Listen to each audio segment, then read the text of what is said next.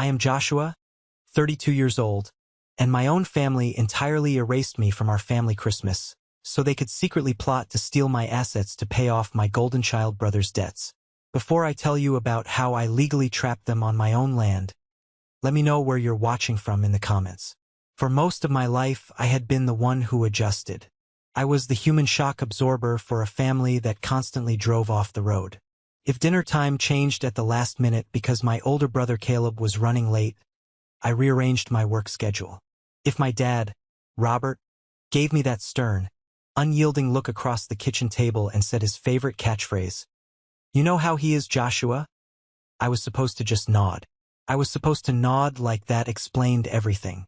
I played that role perfectly for 3 decades. The reliable backup plan. The safety net. But that December, my phone stayed completely quiet. There were no text messages asking what time I'd be arriving. There was no group thread discussing who was bringing the green bean casserole. There wasn't even a fake, polite text from my mother saying, "We're keeping it small this year. Hope you understand." Just absolute ringing silence. I spent Christmas Eve in my apartment, watching the snow fall under the amber glow of the streetlights, wondering if maybe there was a cell tower outage. Deep down, I knew better. My phone wasn't broken. My family was. I found out the truth on Christmas Day through a photo my Aunt Clara posted on her social media. I was sitting on my couch, the apartment dead quiet, nursing a cup of black coffee when I scrolled past it. My thumb froze over the screen. It was a perfectly staged, high-definition picture. There was my father, Robert, proudly carving a massive glazed ham at the head of the dining table. The good crystal was out. There was my brother, Caleb, grinning in the foreground, wearing a brand new cashmere sweater. My mother, Susan, was beaming next to him, holding a glass of wine. Aunt Clara had captioned it, "Family is everything. So blessed to have all my boys together under one roof." All her boys, except me. It should have felt sharp. It should have felt like a physical blow to the chest, a betrayal that left me gasping for air. Instead, it felt incredibly familiar. It felt exactly like pressing on an old, deep bruise you've had for so long that your brain barely registers the pain anymore. The numbness was almost comforting. I didn't call my dad to scream at him. I didn't post anything passive-aggressive in the comments section. I didn't drink half a bottle of bourbon and send a furious text message I'd regret the next morning. I just set my coffee mug down on the coaster. I opened my laptop, pulled up a real estate website, and started looking at land listings out in the county. I was done. I had been saving a significant portion of my corporate salary for years, quietly building my own foundation while my family spent everything they had keeping up appearances for Caleb. By the afternoon of December 26th, I found it. It wasn't anything flashy. It was 200 acres of raw, quiet land an hour outside the city limits. It had faded perimeter fencing, a sturdy but weathered barn that needed some heavy reinforcement, and a modest cabin. Nothing glamorous, but it was quiet. When I drove out to see it, the winter air smelled of pine and frost. I walked the property line with the old owner, an older guy named Luke who just wanted to retire. I made a cash offer on the spot. A few weeks later, when I sat in the title office and signed the closing paperwork, my hand didn't shake. I didn't feel triumphant. I felt steady. For the very first time in my life, something had my name on it without my father's approval attached. No cosigner. No unsolicited advice. Just mine. Title clean. No shared access. No loose ends. To understand why buying a remote piece of land felt less like an investment and more like a survival tactic, you have to understand the dynamic I grew up in. I wasn't just the second-born son. I was the designated contingency plan for Caleb's life. Caleb was 3 years older, louder, more charismatic, and utterly incapable of facing the consequences of his own actions. I remember being 18 years old, working 50 hours a week at a local hardware store. My hands were permanently calloused, and my clothes always smelled like sawdust and industrial cleaner. I was saving every single dime for my college fund. I wanted to be an engineer. Caleb, on the other hand, was 21 and had decided that higher education was a scam. He wanted to start a revolutionary luxury logistics business. He convinced my parents to back him. Within 6 months, he had completely crashed his uninsured delivery van into a commercial storefront after a night of heavy drinking. To settle the massive property damages and keep Caleb out of jail, my parents didn't just drain their savings.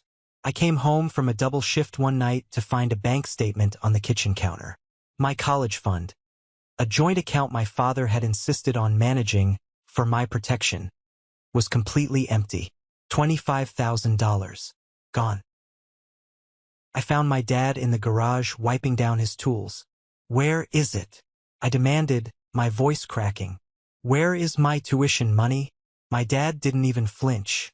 He slowly set down his wrench, crossed his arms, and blocked my path.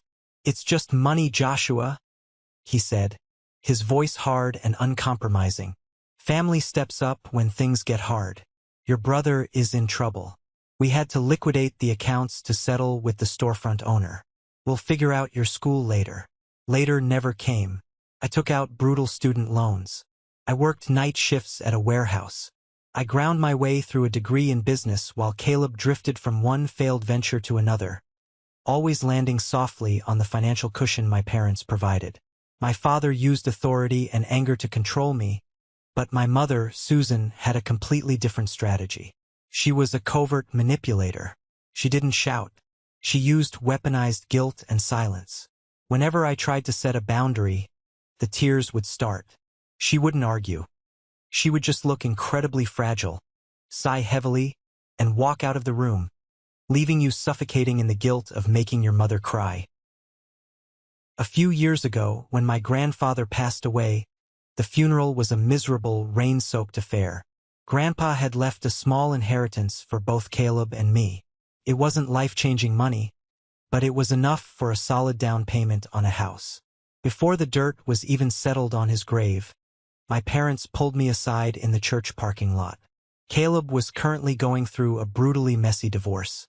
He was fighting for custody of his son, mostly just to spite his ex-wife, and he needed cash to hire a high-powered family lawyer. "Joshua, please," my mother had sobbed, clutching her black handkerchief, mascara running down her cheeks. "Do you want your nephew to grow up in a broken home? Caleb's lawyer needs a massive retainer. If you don't sign your portion of the inheritance over to your brother, I don't know how I'll survive the stress. My heart can't take it." I stood in the rain, looking at my mother's shaking shoulders and my father's expectant glare. Caved. I signed the papers. Caleb lost custody anyway because he missed 3 court dates, and the money vanished into thin air. The absolute breaking point, the moment the final thread snapped before the Christmas exclusion, happened around Thanksgiving. I had just received a massive promotion at my corporate job. I was officially a senior director, with a salary that finally allowed me to breathe. I drove to my parents' house for dinner, genuinely excited to share the news. I thought for once they might be proud of me. When I walked into the dining room, Caleb was holding court, complaining loudly about how unfair the economy was to entrepreneurs. When I finally found a gap in the conversation to mention my promotion and my new salary, my father literally waved his hand in the air to shush me. "Not right now, Joshua," he said, keeping his eyes glued to Caleb. "Can't you see your brother is going through a tough time with his cash flow? Don't rub your corporate success in his face. It's insensitive." I sat at the table in silence. I stared down at my plate of dry turkey. The realization hit me like a physical weight. To my family, my success was a direct insult to Caleb's failures. My independence was a threat. So, when I bought the 200-acre ranch, I knew exactly what I was doing. I wasn't just buying real estate, I was building a fortress. And because I knew the psychology of my family better than anyone, I knew I couldn't just build physical walls. I needed an impenetrable legal moat. Before I even moved my bed into the cabin, I hired a lawyer. I didn't hire a friendly neighborhood attorney. I hired Matthew. Matthew was a former JAG officer in the military. He didn't do small talk. He didn't care about family feelings. And he dealt exclusively in ironclad contracts and ruthless legal realities. I sat across from him at his massive mahogany desk and handed over the property deed. I want you to review every single syllable of this, I told him. I want to make sure there isn't a single loophole, easement, or ancestral claim that could ever be exploited by my family. Matthew scanned the documents, his eyes darting behind wire-rimmed glasses. He slid the heavy folder back toward me. Your title is airtight, Joshua. You are the sole owner. No one can touch this dirt without your explicit, notarized consent. My next stop was an electronics supply store. My good buddy David, who installs commercial security systems, drove out to the ranch with me that weekend. We spent 12 exhausting hours wiring the entire perimeter. We placed high-definition, motion-activated cameras on the main gate, the barn, the front porch, and hidden in the tree line facing the county road. I didn't install them because I expected teenagers to come drinking on my land. I installed them because I was completely done being surprised by my own blood. A week after I officially moved in, a white and brown county patrol vehicle rolled slowly up my gravel driveway. The local sheriff stepped out. A tall, broad-shouldered man named Carter, wearing a pressed uniform and a wide-brimmed hat. It was small-town courtesy. He liked to introduce himself to new property owners. We stood on my porch, the winter wind biting at our jackets. We shook hands. His grip was firm and calloused. I like to know who's new out here, Sheriff Carter said, adjusting his duty belt. It's a quiet county. We like to keep it that way. I looked him dead in the eye, my voice entirely flat. I like to know who enforces trespassing. Carter paused. He looked at me, assessing my posture, and then he casually glanced up at the discreet camera dome mounted under the eaves of the porch roof. He nodded slowly. He didn't ask for a backstory or family drama. He understood more in that 5-second exchange than I could have explained in an hour. You have my card, Sheriff Carter said, tapping the brim of his hat. You call, we come. At that moment, standing on my own porch, I finally felt safe. But I knew the silence wouldn't last. The storm was already gathering. The absolute silence from my family lasted exactly 3 months. For 90 days, I woke up to the sound of wind whistling through the old oak trees instead of my phone buzzing with another one of Caleb's manufactured emergencies. I spent my weekends patching the roof of the cabin, reinforcing the perimeter fencing, and clearing out decades of overgrown brush. It was a Tuesday morning in early March. The frost was just starting to thaw, turning the dirt roads into a thick, heavy mud. I was out by the barn, wearing heavy work gloves, wrestling with a rusted hinge on the main gate. My phone buzzed in the chest pocket of my flannel shirt. I ignored it. It buzzed again, and a third time. I pulled off one leather glove, reached into my pocket, and looked at the screen. The caller ID flashed a single word. Robert. My dad. I stared at that name for a long time. The winter wind suddenly felt a lot colder. We hadn't spoken since that disastrous Thanksgiving dinner where he told me to hide my promotion so Caleb wouldn't feel bad. There had been no apology for completely cutting me out of Christmas. No Happy New Year text. Just a sudden, demanding phone call on a random Tuesday. I let it ring until it almost went to voicemail, took a slow, deep breath, and hit accept. Hello, I said. My voice was completely flat, offering zero emotional leverage. Joshua, son. My dad's voice boomed through the speaker. It was unnaturally loud, dripping with a forced, jovial enthusiasm that made my stomach instantly knot up. It was the exact tone a used car salesman uses right before he tries to hide a blown transmission. How have you been? Your mother and I have just been missing you like crazy around here. I wiped a streak of grease off my jaw with the back of my hand. I didn't take the bait. I didn't say, if you missed me, why was I banned from Christmas? You cannot negotiate with a manipulator using logic. What do you want, Dad? He chuckled, but the sound was thin, lacking any real warmth. Come on now. Can't a father just call to check in on his youngest boy? Look, we heard through the grapevine you actually went ahead and bought some land out in the county. 200 acres. The old Luke property, right? Of course they knew. My Aunt Clara probably did a public records search the second she realized I had stopped liking her social media posts. I did. I replied evenly. It's mine. Right, right. That's just great, son. Really smart investment. A heavy, pregnant pause hung on the line.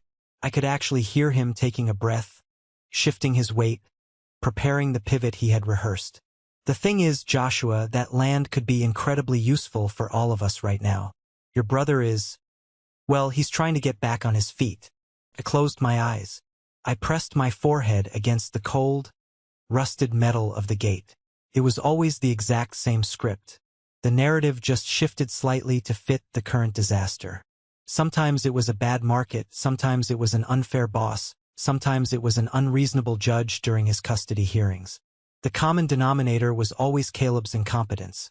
But that was the one truth my parents violently refused to examine.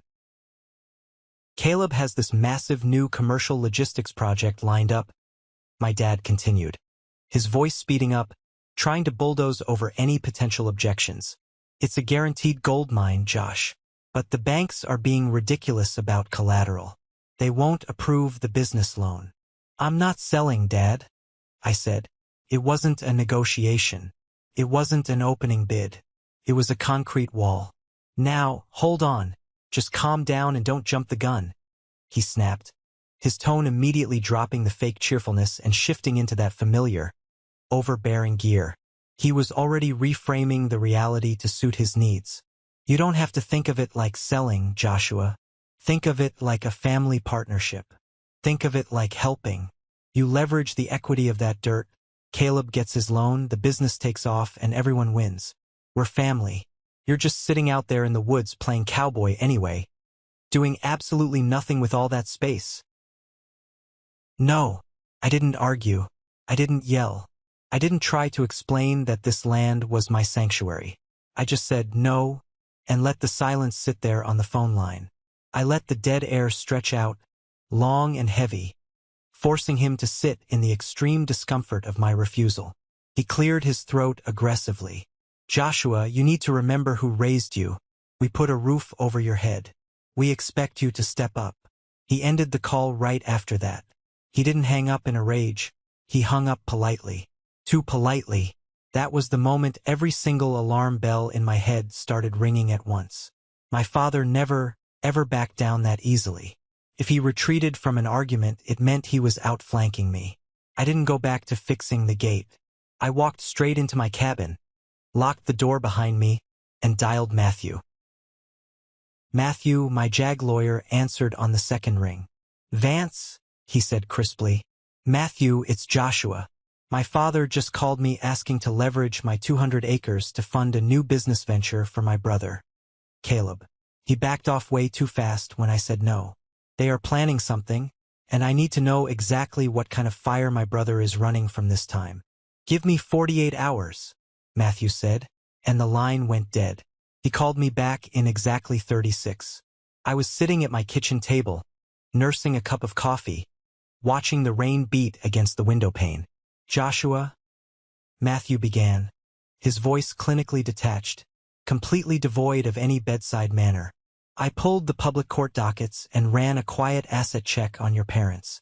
The situation isn't just bad. It is a catastrophic, unmitigated disaster. This isn't about a new business venture. It's about keeping your brother out of federal prison.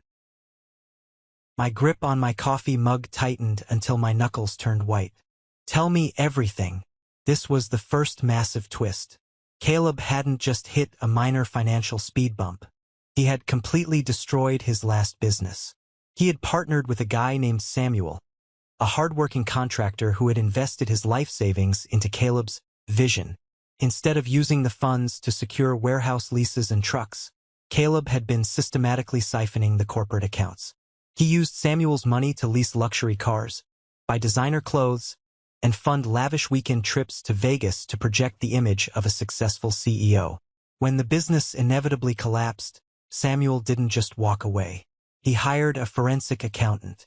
Samuel filed a devastating civil lawsuit for fraud and embezzlement, Matthew explained, the sound of keyboard keys clacking in the background. Caleb is drowning in legal fees, and the judge is looking to freeze whatever assets he has left. But here is the part that concerns you, Joshua. I swallowed hard. My throat felt like sandpaper. My parents. Yes, Matthew said grimly. Your parents' bank accounts are bone dry. I pulled the county property records. Your father took out a second, high-interest mortgage on his house 6 months ago. They completely liquidated both of their 401k retirement accounts. They have zero liquid assets left.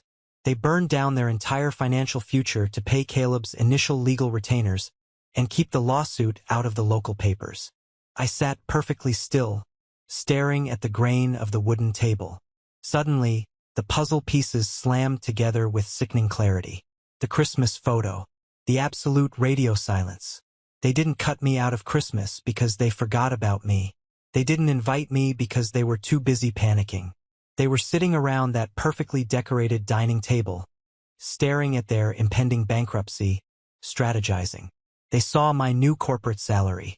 They saw my promotion. They saw my absolute financial independence, and they realized I was the only life raft left on their sinking ship. Your 200 acres? Matthew continued. That's not collateral for a new business. They want to force a sale, liquidate your land, and use your cash to settle Samuel's lawsuit before it goes to trial and destroys Caleb's life. They were coming for my sanctuary to pay for my brother's sins. Thank you, Matthew, I said softly. I'll be in touch. The tension over the next week was unbearable. I felt like a soldier sitting in a trench, waiting for an artillery strike that I knew was coming, but not knowing exactly when. I obsessively checked the feeds from the security cameras my buddy David had installed. Every time a squirrel ran past the motion sensor, my heart hammered against my ribs. The strike finally came on a Thursday morning. The sky was a brilliant, clear blue, and the sun was just starting to burn off the morning dew. I was sitting on the front porch steps, lacing up my heavy leather work boots, when my phone pinged. A high-pitched, urgent notification. Front gate camera motion detected. I yanked my phone out of my pocket and opened the live feed. A vehicle had just turned off the 2-lane county highway and was crunching onto my long gravel driveway. It wasn't a lost delivery truck. It was a massive, sleek, completely black Porsche SUV with shiny, customized city license plates. It looked utterly ridiculous out here. It looked like a spaceship trying to land in a cornfield. The shiny paint reflected the morning sun, trailing a massive, arrogant cloud of white dust behind it as it sped up my driveway, completely ignoring the private property. No trespassing signs I had nailed to the fence posts. I recognized the driver instantly through the tinted windshield. It was Robert. Caleb was riding shotgun. I didn't panic. I didn't run inside and lock the deadbolt. Cold, absolute calm washed over me. It was the calm of a man who had already grieved the death of his family and was now just dealing with their ghosts. I stood up, brushed the dirt off the knees of my jeans, and watched the Porsche come to an aggressive halt near the side of my barn. I walked down the wooden porch steps and stood completely in the open, my hands resting loosely in my pockets, observing the choreography I had known my entire life. My father stepped out of the driver's side first. He was wearing an expensive, tailored sport coat over a button-down shirt. He aggressively buttoned the jacket, puffed out his chest, and began scanning my property with a sickeningly proprietary gaze, evaluating the timber, the outbuildings, the acreage. Caleb followed. He stepped out of the passenger side wearing designer aviator sunglasses and a leather jacket that probably cost more than my first car. He looked incredibly pale and exhausted, but he still managed to look at my farm with absolute disdain. Then the back door of the SUV opened. A woman I had never seen before stepped out. She was in her late 40s, wearing a highly structured, bright red blazer and immaculate high heels that immediately sank an inch into the soft farm dirt. She was clutching a thick leather clipboard to her chest. A realtor. They hadn't called to ask if I was home. They hadn't asked for permission to bring a stranger onto my land. They had simply assumed. They assumed that the old Joshua, the compliant, terrified, eager-to-please backup plan, was still living inside my skin, ready to fold the second my father raised his voice. I stood my ground near the edge of the gravel, letting the morning sun warm my back. I watched them march toward me. My dad was leading the charge, walking with that heavy, authoritative stride he used to intimidate restaurant managers and young bank tellers. Caleb was hovering just over his right shoulder, perfectly executing his role as the beleaguered, tragic prince who desperately needed saving. The realtor, the woman in the red blazer, trailed slightly behind them, her eyes darting greedily across the sweeping acreage, practically calculating her commission in real time. When my dad finally locked eyes with me, he didn't look the least bit embarrassed. He didn't look like a man trespassing on his estranged son's sanctuary. He manufactured a massive, bright smile that didn't reach his eyes. "Oh, good, Joshua. You're here," he called out, spreading his arms wide as if he were going in for a warm, fatherly embrace, though he conveniently stopped a good 10 feet away from me. I didn't move a single muscle. My facial expression didn't shift. "I live here, Dad. Where else would I be?" He completely ignored the boundary in my voice. He just waved his hand dismissively toward the woman standing behind him. "Joshua, this is Evelyn. She's one of the top commercial and residential agents back in the city. We thought it would be best to get a true professional out here to physically look at the dirt and run some comps." Evelyn stepped forward, offering a highly polished, practiced, million-watt smile. She extended a manicured hand, but when I didn't reach out to shake it, she smoothly dropped it to her side and began her pitch.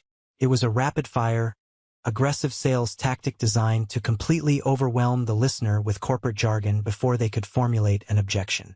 "Joshua, it is an absolute pleasure to finally meet you," Evelyn said, her voice dripping with artificial sweetness. "Your father mentioned you were open to exploring some lucrative exit strategies regarding this parcel. I have to tell you, the market out here is incredibly favorable right now. City developers are aggressively pushing past the county lines. Looking at the topography, we could easily chop this 200-acre tract into 45-acre luxury equestrian estates. The return on investment would be absolutely staggering. We just need to get the initial listing paperwork sorted. Authorize a surveyor to come out next week, and we can." "I'm not selling," I said. My voice wasn't loud. I didn't shout, but the absolute, undeniable finality in my tone cut through her rehearsed corporate pitch like a machete. Evelyn physically faltered. Her professional smile slipped a fraction of an inch, revealing genuine confusion beneath the makeup. She blinked rapidly, her eyes darting sideways to look at my father. "Oh, well, I was under the strict impression that the family was. He just means he wants to understand the hard numbers first." "Evelyn," my dad interrupted smoothly, shooting me a vicious, warning glare. He waved his hand at me again, treating me like a stubborn, ungrateful teenager throwing a tantrum in front of company. "Joshua, don't be difficult. We're just having a preliminary conversation about family opportunities. You need to keep an open mind." Caleb decided this was his cue to enter the scene. He slowly took off his designer sunglasses, adopting an expression of deep, tragic exhaustion. He looked past me, staring dramatically at the tree line as if the weight of the world was resting on his shoulders. "Josh, man, come on. I just need a chance," Caleb said, his voice dropping an octave, dripping with practiced vulnerability. "Things got really twisted with my last partner. It wasn't my fault. Okay? Samuel totally screwed me over on the accounting side. The lawyers are bleeding me completely dry. If we just leverage this land, if we just list half of it, I can clear the corporate debts, settle the lawsuit, and relaunch the firm. I swear to God, I'll pay you back with interest. You know I'm good for it. We're brothers, man. You're sitting out here in the middle of nowhere, doing absolutely nothing with all this space. Be reasonable." I looked at Caleb. I looked at the expensive leather jacket bought with stolen money, and the dark circles under his eyes born from stress he created. I recognized the script so perfectly it almost made me sick to my stomach. For decades, I had played my assigned role in this exact tragic play. The guilt, the empty promises of repayment, the absolute expectation that I would gladly set myself on fire just to keep Caleb warm. "Not today. Not ever again," I own this land outright, Caleb, I said.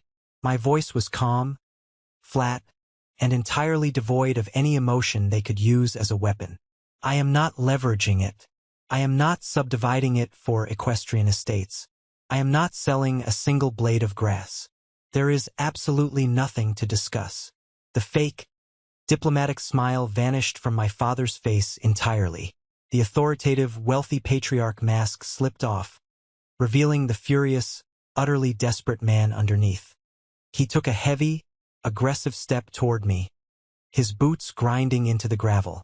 He lowered his voice into that dangerous, rumbling register he used when I was 12 years old, and he needed absolute compliance without making a scene in public. You don't need all this, Joshua, my dad hissed, pointing a stiff finger directly at my chest. It's just sitting here gathering dust. Your brother is facing absolute financial ruin. Do you understand me? He could go to federal prison, for God's sake. You have a senior corporate job, you have a massive salary, you have your whole life ahead of you. You are being incredibly, unbelievably selfish right now. There it was, the magic word, selfish. In my family's twisted dictionary, selfish didn't mean you were greedy. It simply meant you are not prioritizing Caleb over your own physical and mental survival. It was the word my mother used when I asked to keep my college fund. It was the word my father used when I asked him to acknowledge my promotion. I looked at my father. I looked at the deep wrinkles around his eyes, the absolute desperation in his rigid posture, the sweat forming on his brow despite the cool March air. I didn't feel intimidated. I didn't feel the urge to shrink myself to make him feel bigger. I just felt incredibly, deeply tired of his existence in my life. It's not just sitting here, I replied softly, meeting his furious gaze without blinking. It's mine. My father exhaled sharply, a sound of pure disgust, his face turning an ugly, mottled shade of dark red.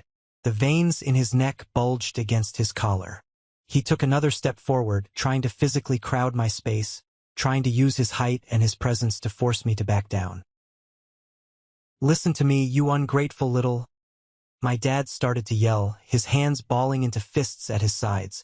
That was exactly the moment I played my hand. I didn't raise my voice or back away. I simply nodded once. Then, I raised my right hand slightly toward the driveway. That was the exact moment they finally noticed the second vehicle parked securely beyond the fence line. It was a heavy cruiser with county markings, painted tan and brown. Sheriff Carter stepped out of the vehicle slowly, adjusting his wide-brimmed hat against the bright morning sun. The entire atmosphere in the yard fractured instantly. The realtor's posture changed immediately from a confident saleswoman to someone deeply panicked.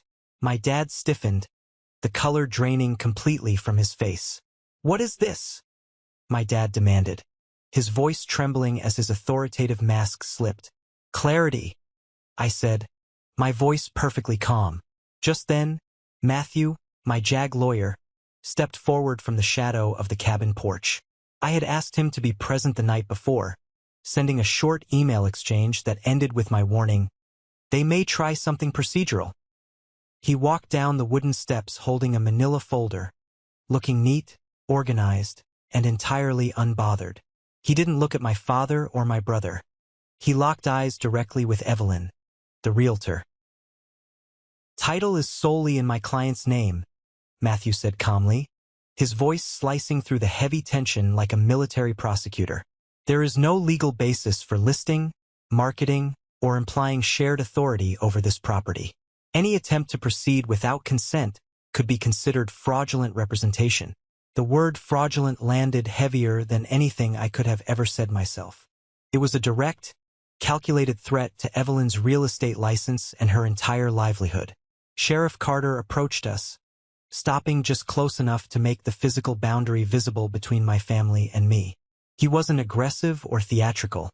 He didn't rest his hand on his weapon. I'm here to ensure no one feels pressured on their own property, the sheriff said, his tone clear, neutral, and incredibly public. Evelyn closed her leather folder first with a sharp snap. She realized instantly that my father had lied to her to use her credibility. I was not aware of the full ownership structure, she said carefully. refusing to look at my father. "I'll be stepping away." She walked quickly back to the SUV without saying another word to them. She completely abandoned their sinking ship. My brother Caleb looked smaller somehow, stripped of his arrogance and the illusion of his impending wealth. He wasn't embarrassed, just completely displaced. He looked like a panicked man drowning in debt whose last lifeboat had just been legally destroyed.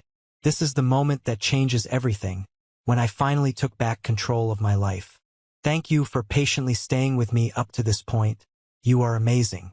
Please help me by liking the video and commenting the number 1 below, so I know you've been on this journey with me.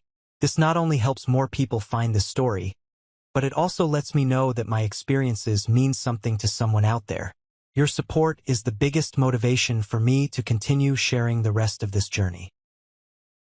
My dad, shaking with a mixture of rage and absolute disbelief, tried one last time to regain control of the narrative. "You'd bring law enforcement into this against your own family?" He spat at me. I didn't raise my voice at all. I just delivered the absolute truth. "You brought a realtor to sell land you don't own," I replied evenly. Absolute silence fell over the yard. The sheriff's presence was not loud, but it was unmistakable and immovable. If my father and brother stayed any longer after being told they had no legal standing, it became criminal trespassing. If they argued with the badge, it became a formal police report. My dad looked at me like he was recalculating something fundamental. For the first time in his life, he realized he wasn't dealing with his own authority. He was dealing with my absolute autonomy. The math terrified him. He nodded stiffly, turned around, and walked back to the vehicle. Caleb followed right behind him without speaking a single word to me. My dad threw the Porsche SUV into reverse, backing down the gravel drive much slower than he had arrived. There was no aggressive cloud of triumph. The white dust settled gradually over the dirt road after they were finally gone. The ranch suddenly felt larger. I didn't feel victorious, just incredibly quieter. The crushing weight I had carried since childhood was entirely gone. Matthew handed me the legal folder. "You handled that well," he told me with a faint nod of respect. "I didn't want a scene," I said, letting out a breath I felt like I had been holding for 20 years. "You didn't make one," my lawyer replied. Sheriff Carter tipped his hat to me before heading back to his cruiser. "Call if you need anything further," he offered. And that was really it. No shouting, no empty threats, no dramatic collapse. Just a firm, undeniable boundary held in place. That night, I sat out on the wooden porch completely alone with a cold drink in my hand. The dark sky over the property was wider than anything I had ever grown up under in the city. The stars were bright, not diluted by city light, and the crisp air wasn't shaped by other people's heavy expectations. I thought I would feel powerful after completely defeating my father's plot and standing my ground. Instead, as I sat there, I felt something softer. It was grief, maybe, not for the land or the money, but for the version of my father who never adjusted when I finally stopped being a 12-year-old boy. I grieved for the years I spent translating my love for them into blind compliance. I grieved for the Christmas invitation that never came and the absolute brutal clarity that followed it. I didn't win anything that day. I just stopped losing. And when the night wind moved steadily through the heavy fence line, unbothered and free, I realized something simple. My family could still tell their twisted story about me to anyone in the city if they wanted, but they would never again tell it on my land. The days immediately following that massive confrontation in my driveway were some of the strangest, most surreal days of my entire life. When you spend 32 years of your existence completely braced for an impact, living with your shoulders permanently tense and your stomach constantly tied in knots, the sudden, absolute absence of chaos feels incredibly loud. It feels almost unnatural. For the first 2 weeks, I still woke up at 5 in the morning with my heart racing, instinctively reaching for my phone on the nightstand, fully expecting a barrage of angry text messages or a voicemail from my mother crying about how I had destroyed the family. But my phone screen was always blank. The silence held. Spring finally began to break through the hard, frozen winter ground of the county. The thick, Heavy mud on my 200-acre ranch slowly began to dry out, turning into solid, workable, nutrient-rich dirt. The air started to smell different out here. It didn't smell like the exhaust fumes of the city or the stale, recycled air of my parents' suffocating dining room. It smelled of wet pine needles, fresh soil, and absolute, undeniable freedom. I kept my demanding corporate job, working remotely from the heavy oak desk inside my cabin during the week. I guarded my salary and my financial independence fiercely, knowing it was the armor that kept me safe. But my weekends, my early mornings, and my late evenings belonged entirely to the land. I took a portion of my savings and bought a small herd of Black Angus cattle. It was just a dozen head to start, enough to begin grazing the lower pasture and bring some actual life to the property. The physical labor required to run a piece of land that size is intense. It breaks you down. I spent hours mending miles of barbed wire fences, hauling heavy, 50-pound bags of grain and feed, and swinging a steel hammer until my forearms burned and my hands were covered in thick, rough calluses. But I quickly realized something profound. The physical exhaustion of ranch work was a clean kind of exhausted. It was honest. You put in the labor, and you saw the immediate, tangible results of your work. The fence stood straight. The cattle were fed. The roof stopped leaking. It was the complete opposite of the soul-crushing, endless emotional fatigue of trying to reason with completely unreasonable people. In my family, you could pour your entire heart, your college fund, your time, and your sanity into a problem, and the next morning, the hole would be completely empty again, demanding more. Out here, the dirt didn't lie to me. The cattle didn't try to manipulate me. The wood didn't ask me to compromise my boundaries. Of course, the fallout from a deeply toxic family system doesn't just evaporate instantly into the wind. Toxic systems are like a virus. When they hit a strong immune system, they mutate and try to find a new way to infect you. They try to find a back door.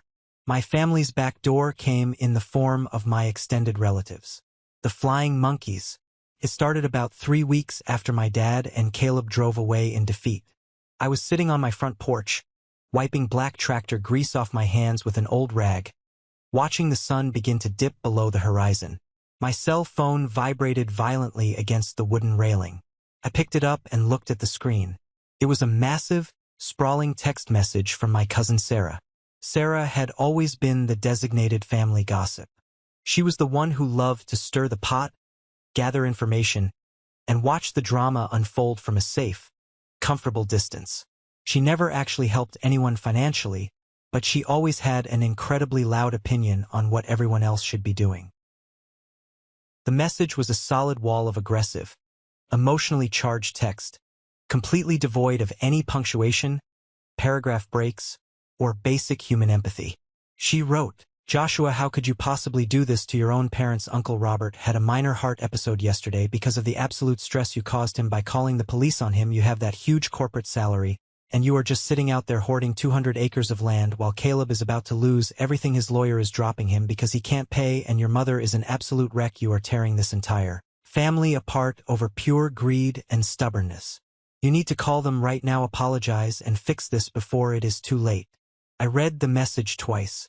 I sat perfectly still, staring at the bright screen of my phone, the glaring white light contrasting sharply with the peaceful, darkening twilight settling over my fields. 10 years ago, a message exactly like that would have sent me into a total, hyperventilating panic spiral. I would have felt the immediate, crushing weight of guilt. I would have believed that I was responsible for my father's blood pressure. 5 years ago, I would have spent 2 exhausting hours pacing around my apartment, drafting a meticulously logical, multi-paragraph reply. I would have detailed the inherited debts, Caleb's stolen opportunities, the ruined college fund, and the brutal reality of the legal paperwork my lawyer Matthew had uncovered. I would have desperately tried to make Sarah understand my side of the story. I would have begged for her to see the truth. But sitting on my porch that evening, with the dirt on my boots and the deed to the land locked safely in my heavy iron safe, I felt absolutely nothing but a profound, overwhelming sense of pity. I looked at the words on the screen. Tearing this family apart. Pure greed.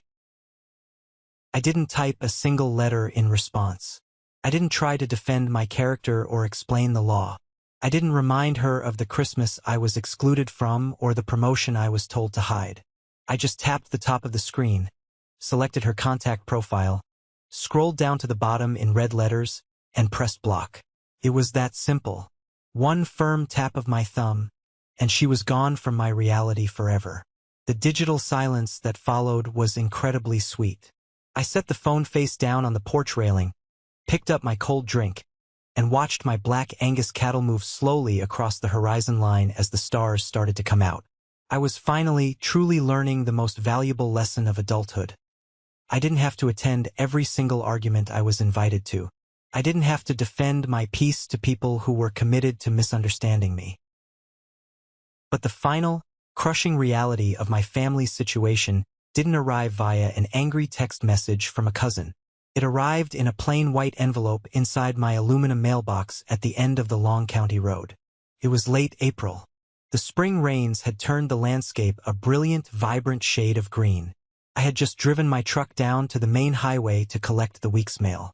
Mixed in with a few Tractor Supply catalogs, a water bill, and some junk mail was a standard white envelope. My name and address were written across the front in a shaky, frantic, incredibly familiar cursive script. There was no return address stamped in the corner, but I didn't need one. I recognized the handwriting instantly. It was my mother, Susan. I didn't open it at the mailbox. I didn't want to read it standing next to the highway with cars rushing past. I threw it onto the passenger seat of my truck, drove the mile back up my gravel driveway, parked near the barn, and walked into my cabin.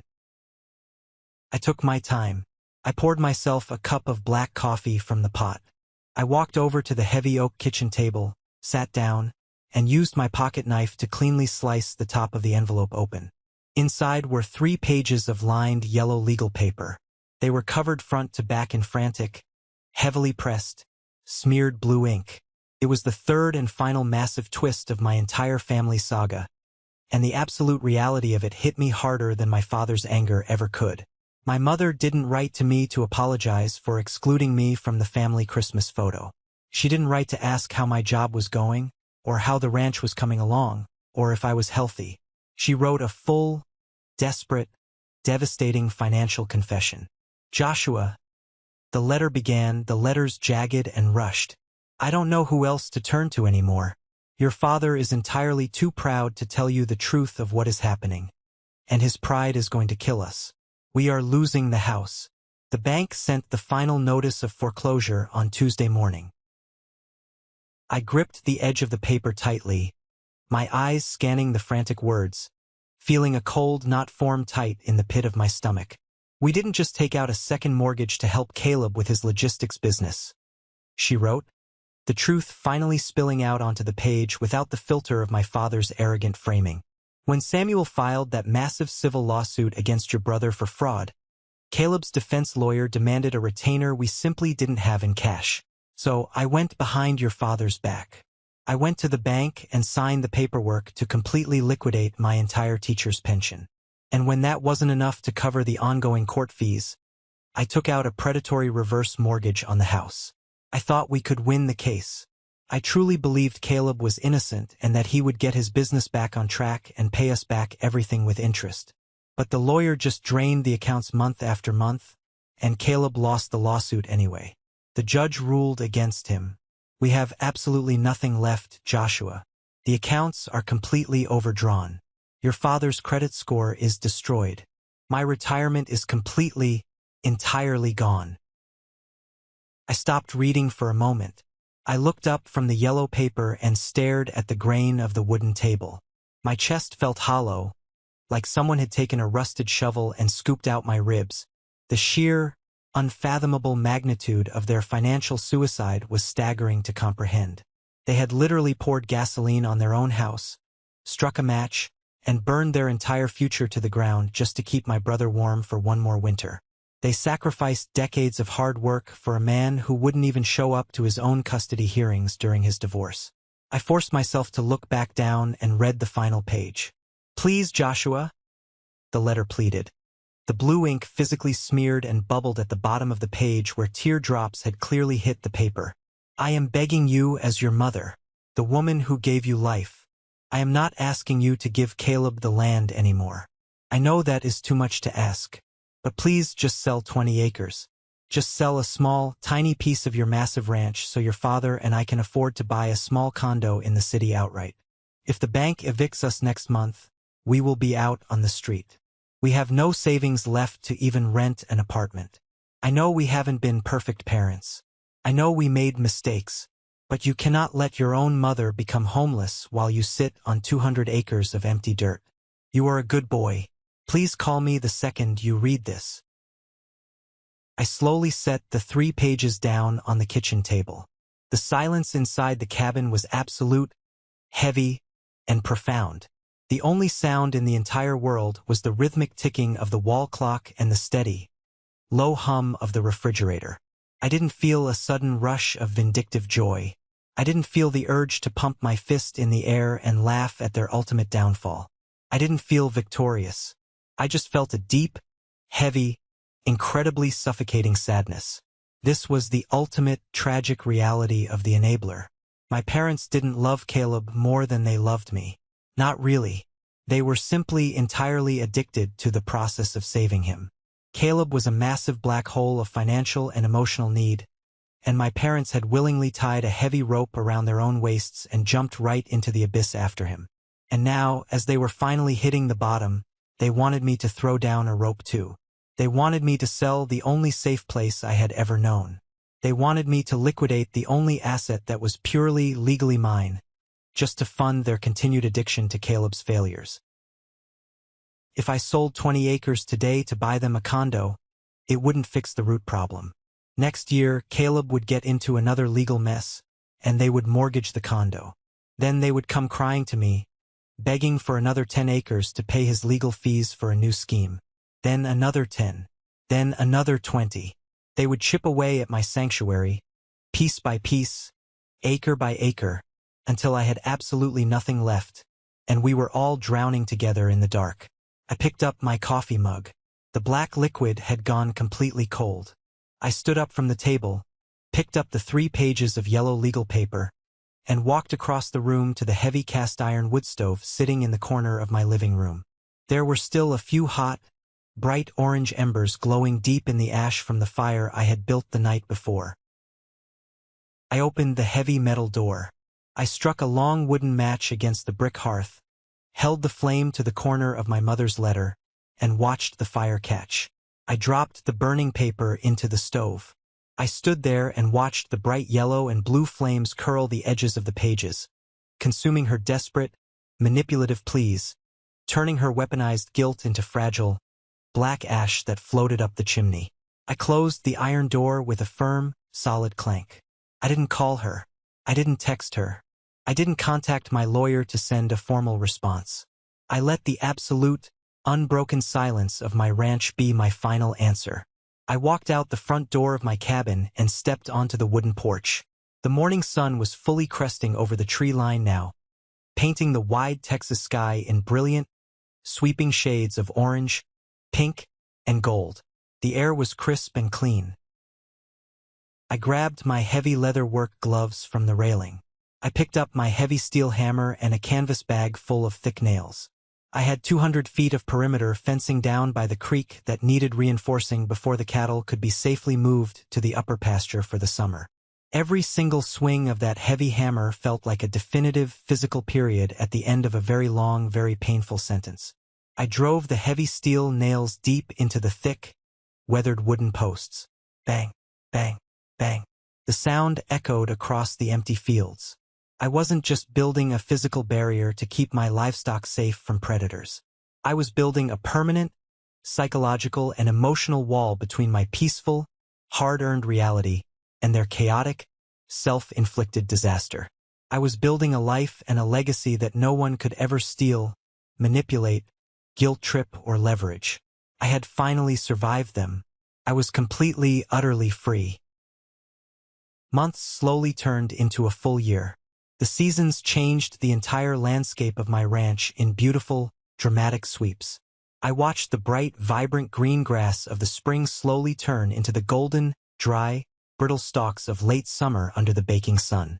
I watched the autumn leaves fall, and finally, I welcomed the quiet, frozen, crystal-clear stillness of winter once again. I celebrated my first Christmas on the ranch entirely alone.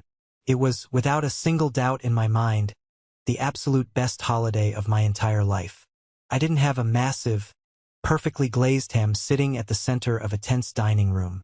There was no fine, expensive crystal on the table. There were no fake smiles, no forced conversations about Caleb's imaginary future successes, and no subtle insults directed at my career. Instead, I went into the kitchen and made myself a thick, prime cut of steak, cast iron seared in butter and garlic over an open fire.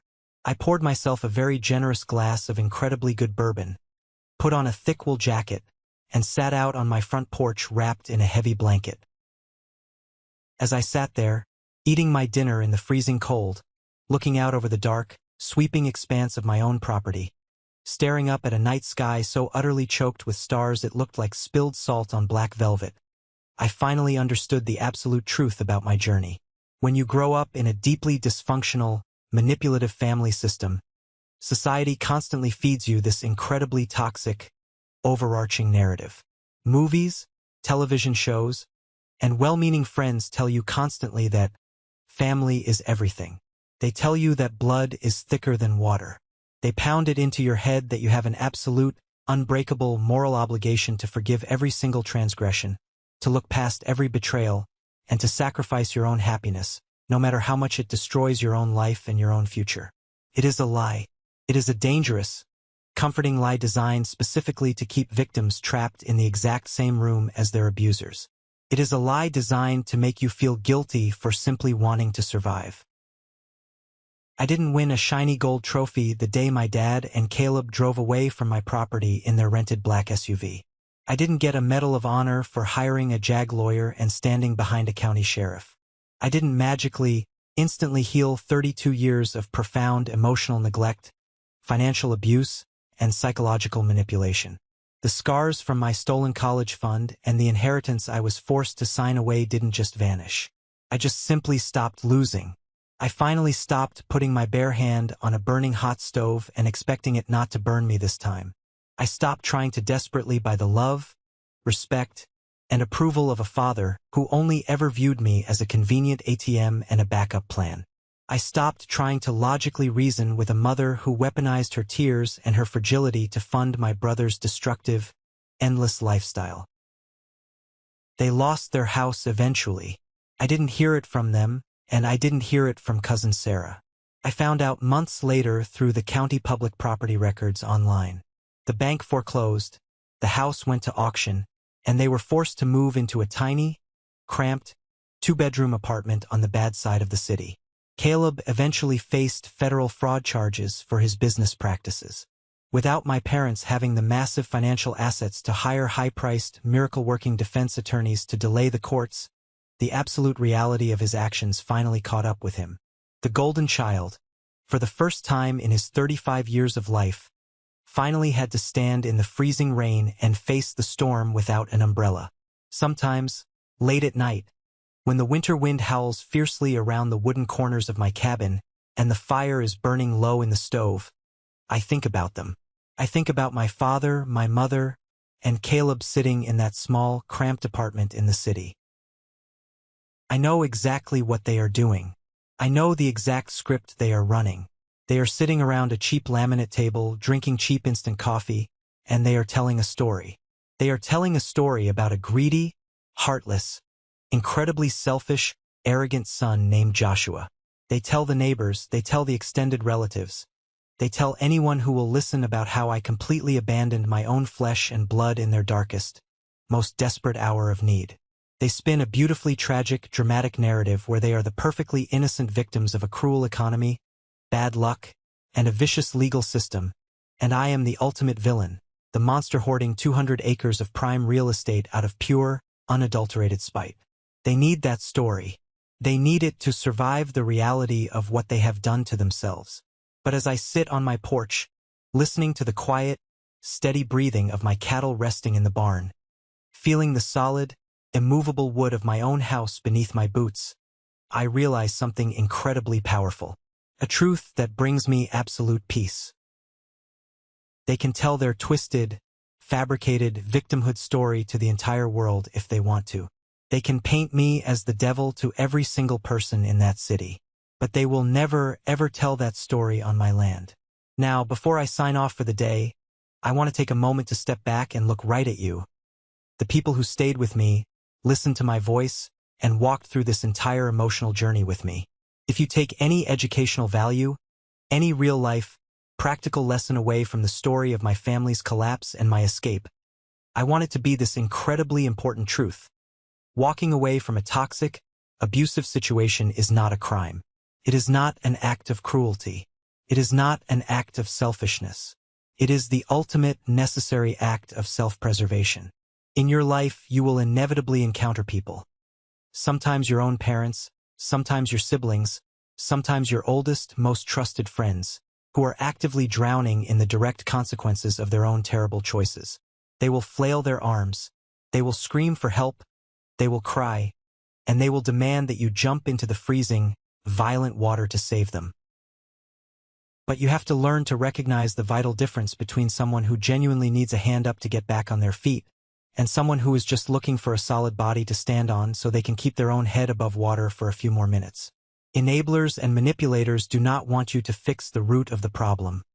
They simply want you to fund their dysfunction. Setting an ironclad boundary, looking someone in the eye and saying the word no, and completely refusing to explain or justify it, is often the most loving, powerful thing you can do for yourself. You do not owe anyone your mental health. You do not owe anyone your hard-earned financial security, your salary, or your peace of mind simply because you happen to share a bloodline or a last name. Your life is your property. Your mind is your sanctuary. Ensure your title is clean and defend your borders fiercely. I would absolutely love to hear from you down in the comments section below. What was your favorite takeaway or the most valuable lesson you learned from my story today? How have you dealt with setting hard boundaries with toxic people in your own life? Your stories inspire me. Or, if you simply agree with the message I shared today and want to support the channel's algorithm, just comment the word good below, so I know this story brought you some real, tangible value. Thank you so much for listening. Thank you for your time, and I'll see you in the next one.